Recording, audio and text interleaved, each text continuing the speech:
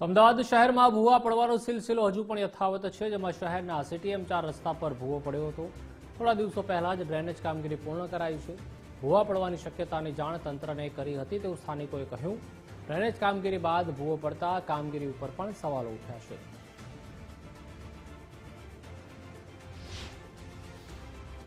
ભૂવા નગરી અમદાવાદમાં ગમે ત્યારે ભૂવા પડી જાય છે। બિલકુલ આજે બપોરે 2 થી 2:30 વાગ્યાના સુમારે સીટીએમ 4 રસ્તા ખાતે આ મસ્ત મોટો ભૂવો પડ્યો છે ને અહીં લોકોના જીવ પડીકે બંધાયા છે, કારણ કે એકાએક ભૂવો પડતા લોકોમાં ચર્ચાનો વિષય બન્યો છે અને લોકો છે આપણી સાથે, તેમની સાથે વાત કરીશું।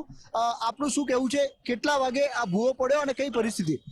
મારું નામ રાજેન્દ્ર સેંગલ છે। હું ઇન્દ્રપુરી વોર્ડનો રહેવાસી છું। આ ભૂવો લગભગ 1 થી 1.5 વાગ્યાની આજુબાજુમાં પડેલો છે। આપ જોઈ શકો છો આ ભૂવો કેટલો મોટો અને ઊંડો પડી ગયેલો છે। આ ભૂવો પડવાની હતી એ તંત્રને જાણ હતી, એટલા માટે એમણે લોખંડની આ 3 પ્લેટો લગભગ 2-3 દિવસથી અહીંયા મૂકી રાખી હતી। આજે 1:30-2 વાગ્યાના સુમારે આ મોટો ભૂવો પડે છે। આ ભૂવો પડ્યા પછી મેં અહીંના તંત્રના અધિકારી કંબોડી સાહેબને જાણ કરી કે આ ભૂવો પડ્યો, છતાં હજુ સુધી કંબોડી સાહેબ સ્થળ પર હાજર નથી। એમનું કહેવું એવું છે કે આ માઇક્રો ટનલ વાળાનું કામ છે। માઇક્રો ટનલ વાળા એવું કહે છે કે આ કોર્પોરેશનની જવાબદારી છે। ઇન્દ્રપુરી વોર્ડની અંદર હાલ તમે જોઈ શકો છો 20 થી 25 ભૂવાઓ પડ્યા છે। જસુદાનગર 4 રસ્તાથી રાજેન્દ્ર પાર્ક સુધી સર્વિસ રોડ તો આખો બંધ થઈ ગયો છે, પબ્લિકની અવર જવર બંધ થઈ ગઈ છે। છતાં અને અત્યારે હાલ આપણે જોવો છો પાછળ નેશનલ હાઈવે નંબર 8 છે, 8ને અડીને આ ભૂવો પડ્યો છે। અહીંયાથી બરોડા એક્સપ્રેસ હાઈવે જવાના ભારે વાહનો જવા માટે ક્યાંથી જશે? ટ્રાફિકની સમસ્યા બહુ મોટી છે, ખૂબ મોટી સમસ્યા। અને શું કહેશો આપ, જે રીતની આ સમસ્યા છે? સમસ્યા એવી છે કે આ 2-3 દિવસથી એવું લાગી રહ્યું છે કે આ ખાડો પડે એવો હતો, પણ તો બી એને નિવારણ લાવવામાં આવ્યું નથી। એની ઉપર ખાલી બેરિકેડ મૂકી દીધા, બેરિકેડ કરીને છોડી દેવામાં આવ્યું। અત્યારે મોટો પડે રોડ બંધ થઈ ગયો। રોડ બંધ થવાથી વેપારીને બધાના ધંધા બી બંધ થઈ ગયા છે। અત્યારે રોડ બંધ થાય એટલે કોઈ અવર જવર થાય ને એટલે વેપારી ખૂબ મોટી આપદા લોકો માટે છે આ ભૂવા નગરી। આ રોડ ઉપર મેં પણ ઘણી વાર કવર કર્યું છે, અવારનવાર ભૂવા પડે છે અને આ વખતે તો ખૂબ મોટો ભૂવો પડ્યો છે। ક્યાંક ને ક્યાંક કોર્પોરેશનના અધિકારીઓ અને કોન્ટ્રાક્ટરોની બેદરકારીના કારણે સામાન્ય નાગરિકોને હેરાન થવાનો વારો આવે છે।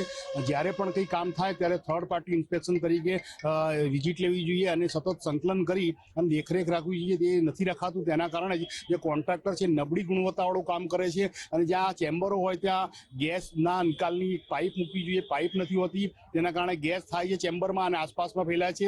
એ જમીન સાથે બેસી જઈને ભૂવો પડે છે। વૈજ્ઞાનિક ઢબે જો આનું નિરાકરણ કરવામાં આવે તો જ અમદાવાદમાં ભૂવા અટકશે, બાકી અત્યારે દરેક સિઝનમાં ભૂવા પડે છે। સ્વાભાવિક છે કે ભૂવામાં કેટલાક લોકોના અકસ્માતમાં કમનસીબે મોત પણ થયા છે। તેમ છતાં પણ અમદાવાદ હેરિટેજ સિટી મહાનગરપાલિકાના શાસકો કરોડોનું બજેટ ફાળવે છે, પરંતુ આ ભૂવાઓનું નિરાકરણ આજ સુધી લાવી શક્યા નથી।